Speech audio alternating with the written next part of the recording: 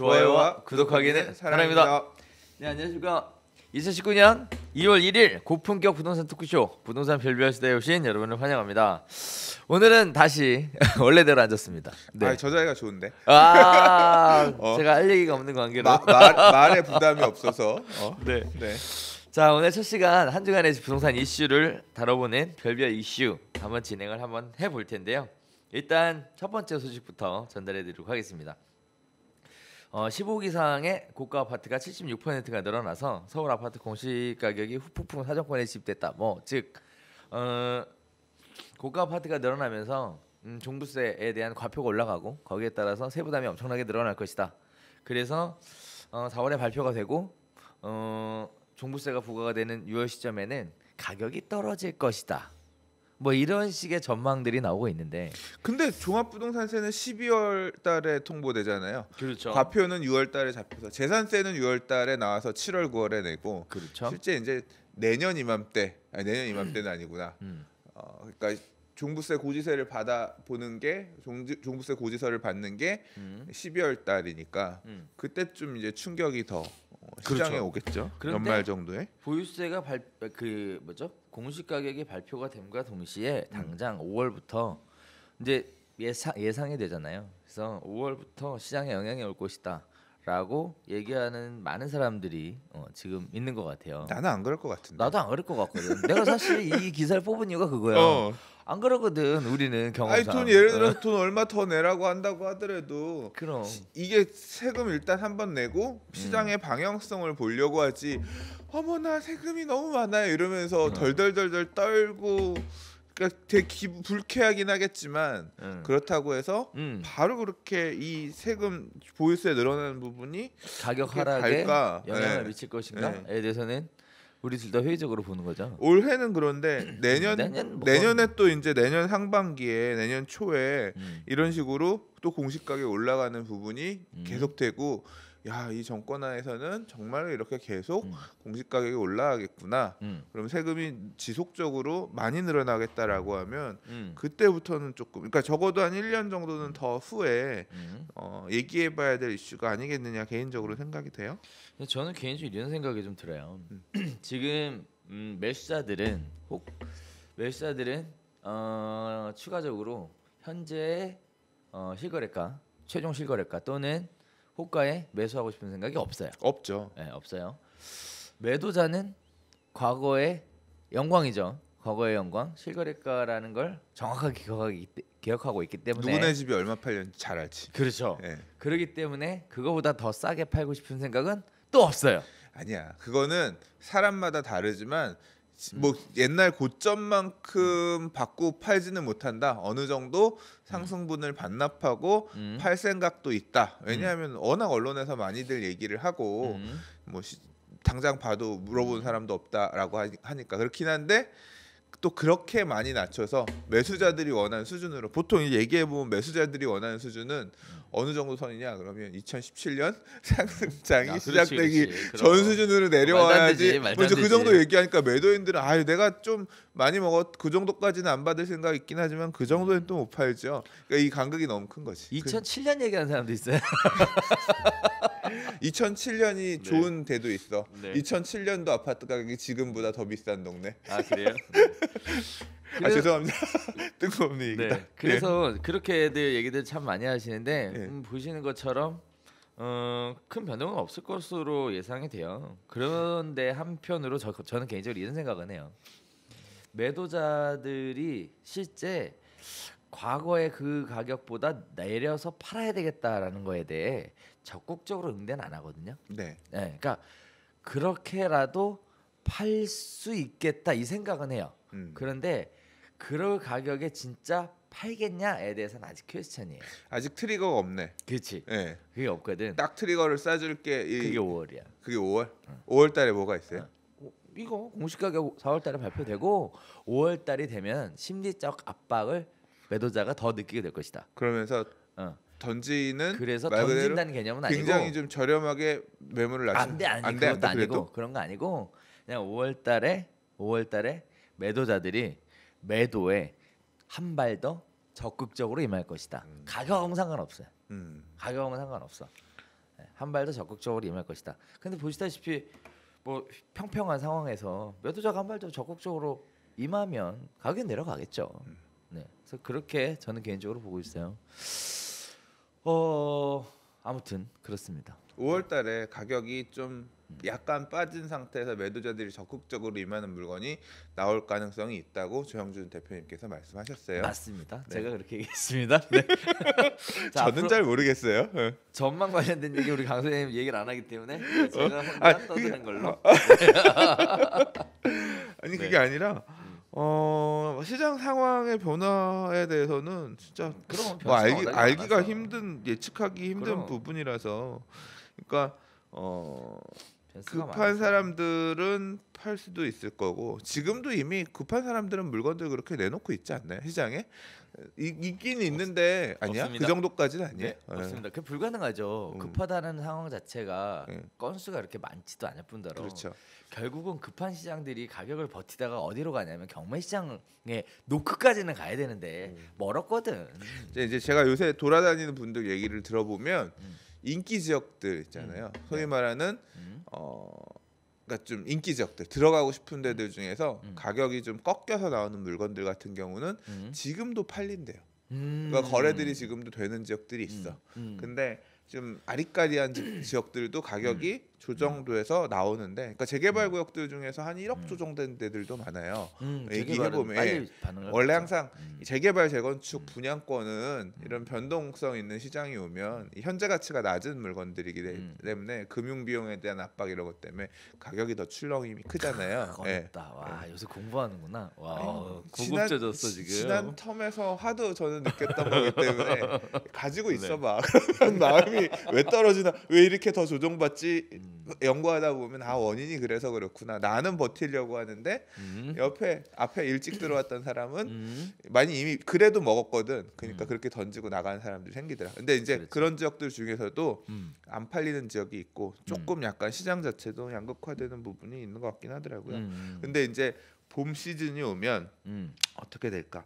사실 요 얘기는 약간 좀 뭐 오늘 지금 이 얘기는 네. 뭐 공동주택 가격이 이렇게 올라가니까 보유세 부담이 커지면서 이렇게 시장에 영향을 끼칠 수도 있을 거다. 또는 그러나 뭐 영향은 미미할 수도 있다. 이제 이런 얘기지만 저는 사실 좀 약간 또 이제 의문점이 들기 시작했어요. 어떤 의문점이냐면 진짜 시장이 올해 가라앉을 것인가? 왜 그러냐면 올해 이제 2019년 분양 물량들을 좀 보고 있거든요. 네. 그러니까 올해 분양 나올 애들 1월 달은 뭐 잠잠하게 갔고 2월 달도 명절 있고 짧아가지고 별로 없겠지만 3월부터는 사실 이제 본격적으로 꽃피는 봄이 오면 본격적으로 주요 분양 물량들이 나올 건데 나오죠. 진짜 좋은 게 많아요. 그렇죠. 올해 나올 분양 물량들 중에서 그러니까 작년에 나오기로 한 애들이 절반밖에 안 나왔어요. 그러니까 그 밀려 있는 애들 다시 나올 거고 그러면 이 분양 물량들이 부동산 시장의 그러니까 심리를 분양을 받고 어쨌거나 당첨됐고 오늘도 어제도 페이스북에 아는 분이 이번 하남 가밀에 공공 분양 당첨됐다고 이제 그거 올리는데 사람들이 막 축하가 쫙 나오는 거예요. 그럼 무슨 마음이 들겠어? 부러워. 저 사람은 이렇게 해서 내 집 마련에 저거 못했던 거 내가 못했던 걸 채웠구나. 사람들이 엄청 부러워. 그러니까 좋아요가 평소에 예를 들어 20개 30개 찍히던 거면 100개 넘게 찍히는 거야. 그러니까 다들 그런데 이제 좋은 분양 물량들 남들이 다 선호하고 갖고 싶어하는 분양 물량들이 나오기 시작하고 주인들이 이제 정해지기 시작하는데 이제 그 말 그대로 좋은 분양장에서 소외되는 사람들 다들 축하들 받고 그러는데 나는 결국은 이번 텀에서도 못했네. 그러니까 이 사람들이 이제 올 하반기 정도 가서는 어떻게 마음을 치유해야 되나, 이후에 다른 좋은 분양 물량이 올해만큼 있을까, 또는 내가 좋은 금액에 받을 수 있을까. 그러니까 결국은 이 분양 시장이 화랑을 띠면서 시장의 온기를, 그러니까 막 이게 뜨겁게 달아오른다 이런 게 아니라 그러니까 군불 정도는 떼서 너무 차갑게 식는 것을 막아주면서 시장을 어떻게 방어할 수도 있지 않을까, 그런 생각도 들기 시작했어요. 그래요? 네. 저는 그렇게 생각 안 해요. 그래요? 네, 여태까지 안 샀으면 응. 네, 못 사요. 네. 네. 너무 심플한가? 아니야. 그게 이제 그렇게 되면 나는 못 어. 산다가 아니라 그 사람들의 심리를 음. 불안 요소, 아직까지 집을 사지 못한 분들에 대한 불안함을 우리가 사실 그 뭐 하다 보면 여러 가지 뭐 일종의 안티 아니 안티 같은 이야기를 듣잖아요. 네. 그래서 뭐 가격을 조장하는 것이냐 뭐 하는 거냐. 뭐 사실 우리 그런 의도라는 얘기는 아니잖아요. 있는 그대로의 사실을 난 전달했을 올라도 좋고 뿐인데 떨어져도 좋아. 아니 뭐 일단 우리는 사실 저는 거래만 잘 되면 좋아요. 근데 중개업자는 그게 최고죠. 그럼 떨어져도 거래만 잘 되면 좋지. 응, 그럼 개업 공인중개사는 네. 중개업자가 사라졌어요. 네. 개업 공인중개사는 네 그러면 되죠. 근데 개인적으로 볼 때는 그래 왔어요. 이게 처음 있는 일이 아니잖아요. 제가 의식이 있을 때 부동산 시장에 발을 들여놨을 때 이 상황이 유사하게 이루어졌을 때 제가 느꼈던 건 뭐냐면 가격 상승이 이루어질 때 다들 옆에서 지켜봤어요. 근데 어떤 매수로 전환될 수 있는 여력을 갖고 있는 사람들은 대부분 다 올라탔습니다. 이제 더 그럼요. 사지 않는다. 그리고 수요가 나머지 끊겼다. 분들은 올라탈 수 없는 분들이었어 원래. 그런 분들 그러니까 대부분 다 올라탔고 그런 분들이 이제 시장에 빠진다고 해서 조정을 받는다고 해서 다시 올라타겠냐라고 보기에는 진짜 죄송한데 여력이 없어요 별로. 그래서 올라타기 쉽지 않다. 저는 개인적으로 그렇게 보이고 설령 무리해서 올라탈 수 있는 여건이 되시는 분들도 혹시 더 좋은 기회가 생기지 않을까라고 결정을 미루게 될 것이다. 결국 그것이 시장의 가격 하락에 대한 압박을 받게 되는 원인이 될 것이다. 일단은 올해부터 계속 누적해서 그러니까 시작에 매력이 없다. 그래서 전체적으로 좀 이제 조정받고 하락하는 그런 영향이 될 것 같다. 뭐 그렇게 보시는 것 같네요. 네네. 분양 시장도 저는 개인적으로 마찬가지라고 봐요. 지금 뭐 좋은 분양 물량이 나온다고 얘기하는데 결국은 이제 분양가가 문제거든요. 근데 분양가를 과연 건설회사에서 현재 분양 시장 상황상 과연 자신 있게 지를 수 있을까도 관건인데다가 주택보증공사에서 대한주택보증에서 과연 그 분양가를 승인해 줄까도 관건이에요. 대한주택보증이 언제적이야? 아닌가? 바뀌었나? HU지? 아 미안. 예. 하여튼 거기서 승인을 해줄까도 의문이에요. 그러면은 사실 그렇잖아요. 기존의 아파트보다 신규 아파트가 관심이 더 많은데 분양가는 더 싸. 만약에 이 사태가 발생하게 되면 그때는 기존의 아파트 가격까지 깎아먹는 이런 상황이 발생할 수 있거든요. 저는 개인적으로 그렇게 보거든요. 물론 뭐 예외적 변수는 있어요. 뭐 예를 들어 갑자기 분양을 쳤는데 고분양가로 분양을 했는데 완판이 돼버렸어. 예상을 뒤집어 엎고 그러면 이제 또 기존의 가격을 다 끌어올리는 거지. 근데 과연 근데 요번에 광진에 그 이름이 뭐더라? 요번에 그 자동차 그 부지에 분양한 거 있잖아요. 이름 갑자기 생각이 안 나네. 거기도 청약 경쟁률 미달도 나오고 그래서 사실 어떤 회원분 부동산 스타디 카페 어떤 회원분 같은 경우는 2008년에 저기 영등포에 그 반도유보라라고 분양했었거든요. 그게 알아, 또 알아. 고분양가 중대형 평형으로 맞아. 대한통운부지인가 그랬던 것 같은데 맞아. 이제 그때 이후로부터 부동산 시장이 잠잠 죽었는데 이번에 광진구에 분양한 그 단지의 어떤 대형 평형 미달 사태도 보면 결국 과거의 그 오버랩이 아니겠느냐 비슷한 관점으로 봐야 되는 거 아니야 이런 식의 얘기를 쓰신 분 계시더라고요. 정말 그럴지 저는 사실 살짝 이른 감이 없지 않다라고 개인적으로 생각하지만 아직 뭐 그 시절을 논하기에는 개인적으로는 아무튼 뭐 그렇습니다. 근데 저는 사실 뭐 대표님 입장은 잘 알겠고 이제 이게 보유세가 늘어날 거고 자 그다음에 이제 지난 몇 년간 지방세는 엄청 늘어났을 거예요. 말은 안 하지만 구청 등에서 취득세 수입 되게 많이 받아가지고 그렇죠. 흐뭇할 거야. 그렇죠. 네, 근데 10년 전에 어떤 일이 있었냐면요. 뭐 어떤 일들이 주로 있었는지 아세요? 뭐 구청 청사를 새로 다졌어. 어, 그래서 맞아, 보면 맞아, 그 맞아, 당시에 맞아, 10년 맞아. 전에 돈들이 막 들어오니까 맞아. 막 그 돈을 주체하지 못하고 다 그래서 그 시절에 막 아주 그냥 오, 의리하지. 삐까삐까뻔쩍하게 진짜 조청들 지었거든요. 또 이제 이 들어온 재원들을 바탕으로 이 지방 정부들, 구청들이 또 어떤 걸 할까 궁금해요. 갑자기 재원이 많이 있을 거예요. 이제 보유세 같은 경우는 잠깐 들어온 돈이 아니라 그렇죠. 계속 들어오는 돈이잖아. 그러니까 이 늘어난 보유세를 가지고 뭐 무슨 변화가 있을까? 또 뭘 지을까? 이제 궁금합니다. 그것도 바라보는 새로운 관점이네. 정말 그랬어요. 네. 그때. 그래, 맞아, 그랬어. 구청 청사 다 새로졌어. 용산구청 설계도 보고 기절한 줄 알았어. 용산구청뿐만 아니라 그러니까 뭐 다 난리였는데 하여튼 그랬어요. 심지어는 뭐 인천 뭐 구청들도 뭐 와 진짜 대단하더라 진짜. 그런데 그 모든 걸 한 방에 눌러준 게 있잖아요. 리만 브라더스 사태요? 아니? 그럼 그 모든 걸 눌러준 거 세종청사. 아, 와 그건 뭐 거의 뭐 완전 뭐 예술이더만. 그죠? 되게 불편하대요. 불편하대. 네, 그러니까 그게 저는 세종청사가 보면 되게 웃겼던 게 뭐냐면 63빌딩을 계속 누워가지고 이렇게 연결을 해놓은 것 같은 거야.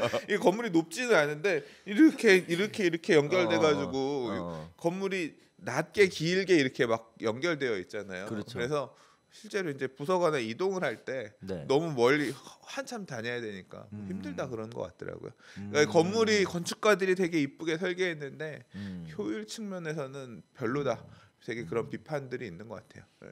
내무 반듯하게 좀 업무 효율적으로 갈 수 있게끔 그 설계 관련해서도 또 그래서 말이 있고 했던 것 같아요. 개인적으로 그 일반적인 회사보다 편의시설이 잘 돼 있는 것 같다라는 생각도 좀 들었어요. 저는 뭐 공원도 나게 잘 갖춰져 있고 그다음에 뭐 산책을 할 수도 있고 뭐 좋더라고요. 일 안 하고 말이야. 그러나 서울이 최고입니다. 세금 받아서 말이야 산책하고 저는 그러면 서울이 좋아요. I love 서울. 그것도 마찬가지야. 서울주의자. 최고지. 네. 서울주의자. 죄송합니다. 그게 뭐래더라? 서울 세력권? 서울 세력권? 네. 그건 뭐예요? 어디에 집을 사야 됩니까? 그랬더니 서울 세력권에 사야 된다고. 이런 얘기들이 나오더라고요. 요새. 서울 세력권. 네. 아무튼 서울이 좋아요. 네.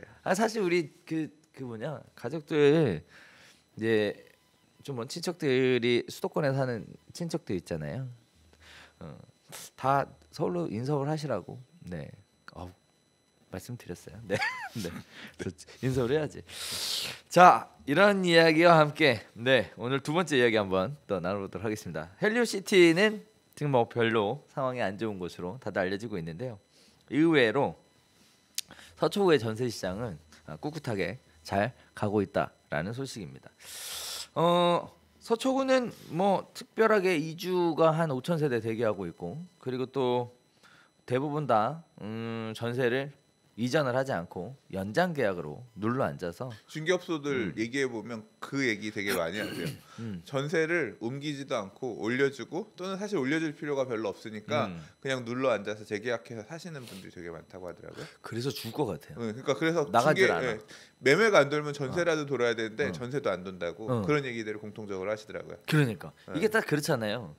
서초구, 강남구, 송파구 아니야. 네. 송파구의 블랙홀이 강남구까지는 빨아들이는데 서초구까지는 못 오는 거예요. 원래 서초랑 송파는 되게 갭이 커요. 그러니까 네, 생활권도 다르고 익숙하지 않아요. 저 어릴 때 이제 서초동 살았고 오 부자다. 와 서초동. 와. 서초동에 빌라, 연립주택 빌라 이런 데 살았는데 살면서 잠실에 롯데월드 있고 있다라고 하면 같은 동네 금방 갈 수 있는 동네 아마 지하철역으로 5개인가 6개 정도일 거예요. 근데 그렇게 인식을 하지 않고 그냥 먼 동네 그 정도로 인식을 했었거든요. 이제 어른이 돼서는 그렇게 멀지 않다라고 느끼지만 과거에는 절대 같은 생활권 딱 최대한 심리적으로 갈 수 있는 위치 따지면 개포동도 아니고요. 서초에서 볼 때는 역삼동 수준 많이 가면 선릉 정도 삼성까지도 우리 동네 아니고 완전 먼 동네지 그런 느낌이었거든요. 거기서 잠시 그러니까 실제로도 이렇게 학군이건 뭐건 이런 게 생활권을 좀 바꿔서 가는 그런 의미거든요. 맞아요. 그러니까 영향이 좀 다르게 움직일 수밖에 없죠. 맞아요. 네. 맞아요.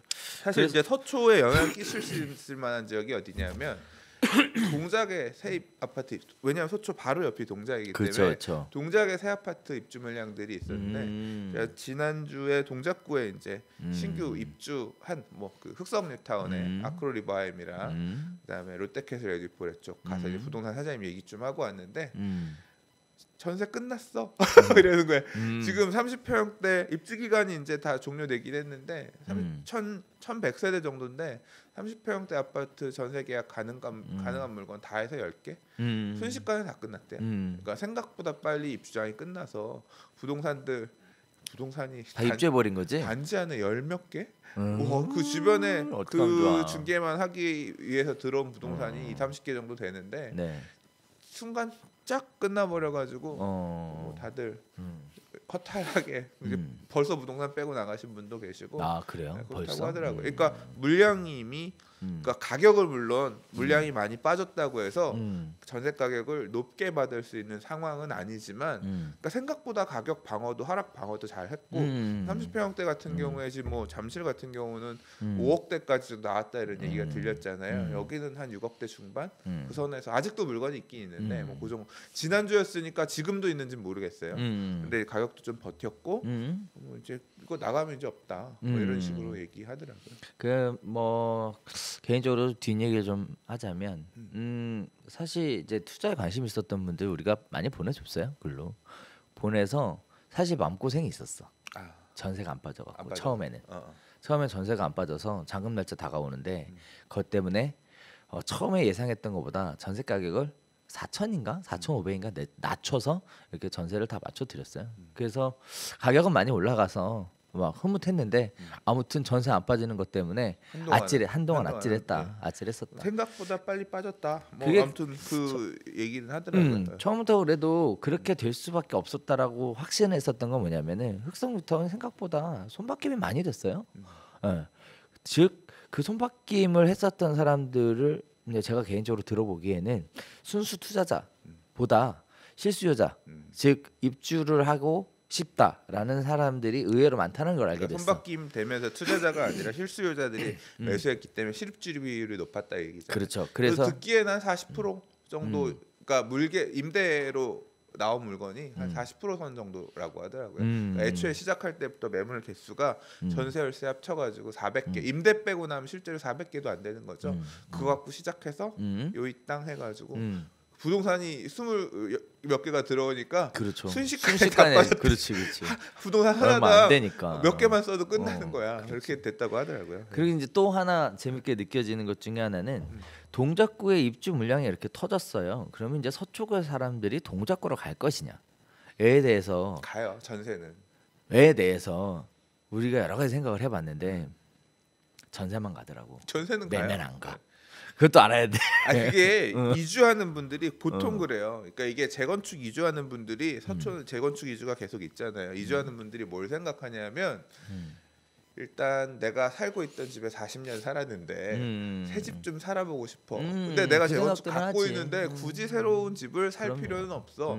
전세로 새 아파트 가서 이주해서 살다가 지어지면 돌아오자 이런 마음으로 이제 강 건너도 생각해보고 그래서 실제 용산으로 넘어가시는 분도 계시고 일부는 이제 강남 쪽으로 가시는 분도 계시고 근데 이제 동작도 바로 옆이고 생활권 친구들 뭐 너무 멀지 지하철 한 2-3개 정도니까 이제 그렇게 왔다가 가시는 그런 수요 임대로 주로 넘어왔다 가시는 수요 정도가 있는 거죠. 그래서 근데 아무튼 그쪽이 채워지면서 서초 같은 경우는 상대적으로 입주 물량이 많지 않아서 전세 가격이 다시 하락폭이 줄면서 반등하는 모양새인 것 같고 송파는 헬리시티 입주 물량 끝날 때까지는 그렇죠. 그리고 강남도 지금 떨어지고 있는 이유는 이제 개포가 시작되잖아요. 그렇죠. 개포 블레스티지랑 블레스티지 지지난주인가요? 그 지난주였나? 사전 점검했고 그랬구나. 이제 또 이어서 3단지 DH 하나 LG도 할 거고 그러니까 물량들이 좀 나오기 시작하니까 강남 쪽도 전세 가격이 계속 떨어지겠네. 강남에 살아보겠다 생각하신 분들은 지금이 기회가 될 수도 있겠네요. 물량들 있을 때 물량들이 있고 가격도 좀 내려가고 있을 때 지금쯤 강남에 한번 살아보시는 것도 괜찮을 것 같아요. 왜 살아봐야 왜 사람들이 강남 하는가에 대해서도 한번 느껴볼 수 있을 것 같습니다. 뭐 딴 세상 이야기 같다라고 하시는 분들도 굉장히 많은데 사실 우리 강 소장님은 뭐 강남에 살아보셨잖아요. 서초동에. 아, 저는 그죠? 이렇게 좋은 집에 살았던 게 저는 안 아니기 살아봐가지고 아니 저는 이런 강남의 아파트 살아보지 않았어요. 네. 그랬기 때문에 뭐 얼마나 좋은지는 잘 모르지만 네. 동경하는 건 있죠 저도. 근데 저는 이 가서 유지하고 버틸 자신이 네. 없어서 여러 가지로 그러니까 딱 그런 거죠. 아 이게 좀 어떻게 보면 열등감인데 계속 비교되면서 살아야 되는 것 같아가지고 왜? 살 수 있잖아요. 살 수 있는 게 아니라 별로 내가 가서 행복하지 않을 것 같아. 행복하지 않을 것 같아. 저는 지금 살고 있는 데가 좋아요. 너무 좋아요. 그럼요. 그게 저기 뭐냐 옛말에도 있잖아요. 무리하면 안 돼요. 네. 그렇죠. 네. 네. 그래서 자기한테 맞는 지역이 좋죠. 네. 하여튼 뭐 지금 현재 사시는 곳도 뭐 좋은 곳이니까 거기에 만족하는 걸로 네 이렇게 정리 한번 해보도록 하겠습니다. 네.